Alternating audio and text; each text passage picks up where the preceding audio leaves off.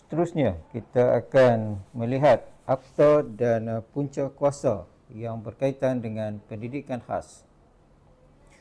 Terdapat beberapa akta dan punca kuasa yang telah menjadi asas kepada dasar pendidikan khas. Pertama ialah Akta Pendidikan 1996 atau dikenali sebagai Akta 550.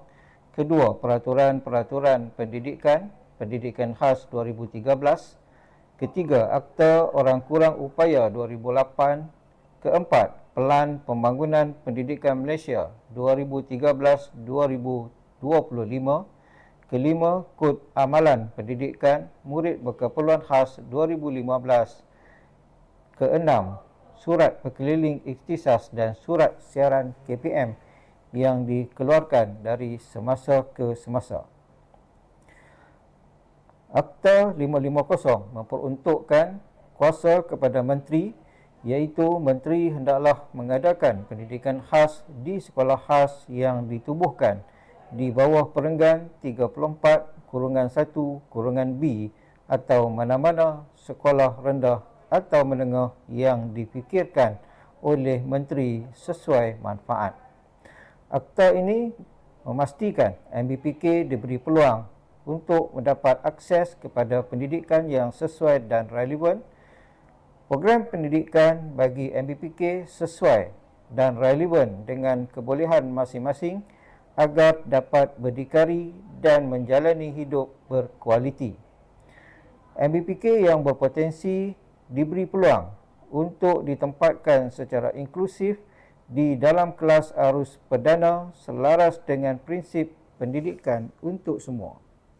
Peraturan 3, Peraturan-Peraturan Pendidikan Khas memberi takrifan murid berkeperluan pendidikan khas. MBPK ialah murid yang diperakukan oleh pengamal perubatan atau ahli optik, ahli audiologi atau ahli psikologi mengikut mana-mana yang berkenaan, sama ada dalam perkhidmatan kerajaan atau swasta, sebagai murid yang mempunyai ciri-ciri berikut, iaitu ketidakupayaan penglihatan, ketidakupayaan pendengaran, ketidakupayaan pertuturan, ketidakupayaan fizikal, masalah pembelajaran, atau mana-mana kombinasi ketidakupayaan atau ketidakupayaan dan masalah yang disebut dalam perenggan A hingga E.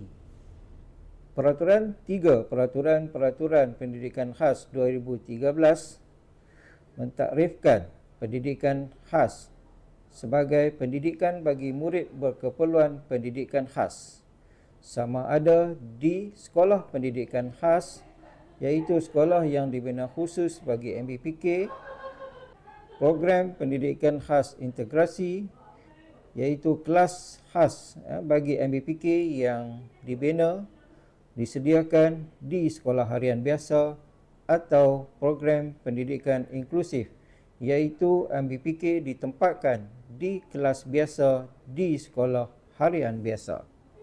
Peraturan 3, Peraturan-Peraturan Pendidikan Khas juga memberi hak kepada MBPK untuk mendapatkan pendidikan bermula daripada pendidikan prasekolah, pendidikan rendah, pendidikan menengah dan pendidikan lepasan menengah. Murid berkeperluan pendidikan khas boleh mengikuti pendidikan sama ada ditempatkan di sekolah pendidikan khas yang mana penempatannya dibuat oleh bahagian pendidikan khas. Murid-murid berkeperluan pendidikan khas juga boleh ditempatkan di program pendidikan khas integrasi dan program pendidikan inklusif.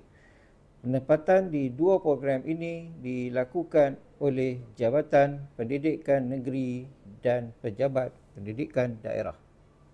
Berdasarkan data pada 31 Oktober 2023, terdapat 1,116 44 orang murid yang belajar di sekolah-sekolah pendidikan khas maupun di PPKI maupun di PPI.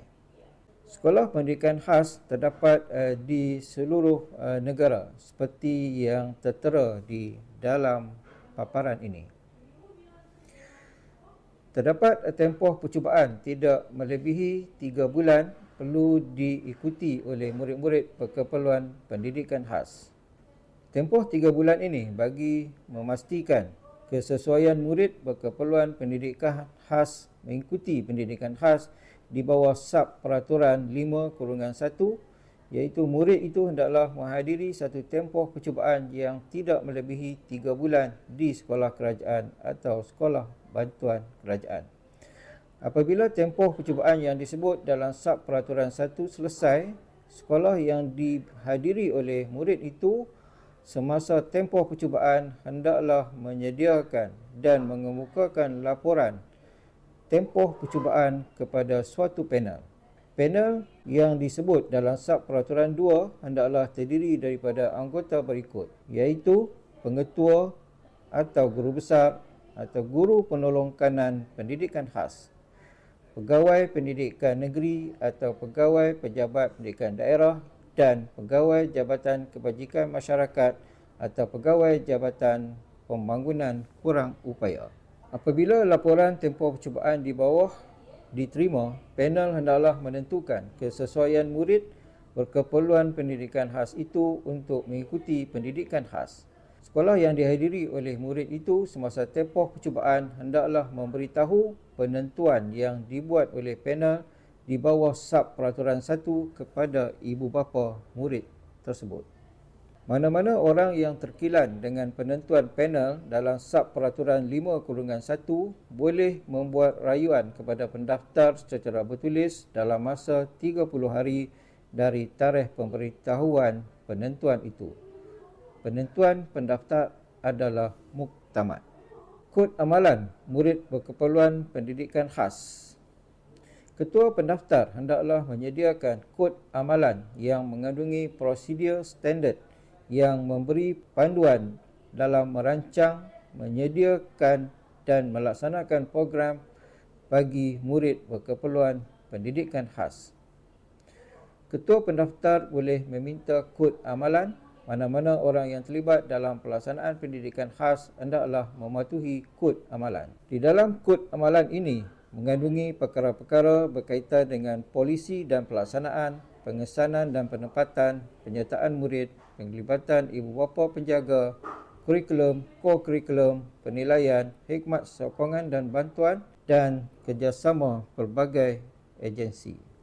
Bagi maksud melaksanakan pendidikan khas, mana-mana orang yang terlibat dalam pelaksanaan pendidikan khas hendaklah menggunakan kurikulum pendidikan khas. Seseorang guru hendaklah menggunakan rancangan pendidikan individu dan seseorang guru boleh membuat pengesuaian kepada kaedah atau teknik pengajaran dan pembelajaran, masa yang diperuntukkan bagi setiap aktiviti, susunan aktiviti dan bahan bantu mengajar. Apa-apa pengubahsuaian yang dibuat di bawah perenggan 1C hendaklah mengikut kurikulum pendidikan khas. Dasar pendidikan wajib. Menurut Seksyen 29A-2 Akta Pendidikan 1996 menjelaskan bahawa setiap ibu bapa yang merupakan warga negara Malaysia hendaklah memastikan anak masing-masing didaftarkan sebagai murid di sekolah rendah jika anak mereka telah mencapai umur 6 tahun pada hari pertama bulan Januari dalam tahun persekolahan semasa dan memastikan anak masing-masing kekal bersekolah di sekolah rendah sepanjang tempoh pendidikan wajib. Kegagalan ibu bapa untuk mematuhi Seksyen 29A-2 Akta Pendidikan 1996 iaitu memastikan anak masing-masing mengikuti pendidikan wajib adalah merupakan satu kesalahan dari segi undang-undang.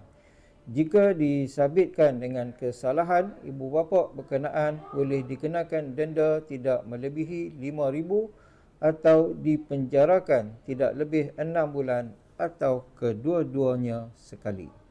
Murid yang boleh dipertimbangkan untuk pengecualian daripada mengikuti pendidikan wajib pada peringkat rendah adalah seperti yang berikut. Pertama, murid yang menerima pendidikan persekolahan di rumah atau homeschooling. Murid yang mencapai umur 6 tahun pada 1 Januari tahun persekolahan semasa dan memohon untuk menangguhkan kemasukan tahun 1 ke tahun berikutnya dan lain-lain permohonan. Golongan murid yang diberi pertimbangan khas untuk pengecualian ialah murid kaum asli dan Bumiputera Sabah dan Sarawak yang tinggal jauh di pendalaman dan secara tradisinya masih mengamalkan hidup secara berpindah randah. Murid istimewa seperti yang ditetapkan, contohnya melalui peraturan-peraturan pendidikan khas di bawah Akta Pendidikan 1996 dan lain-lain golongan yang ditentukan oleh Menteri Pendidikan.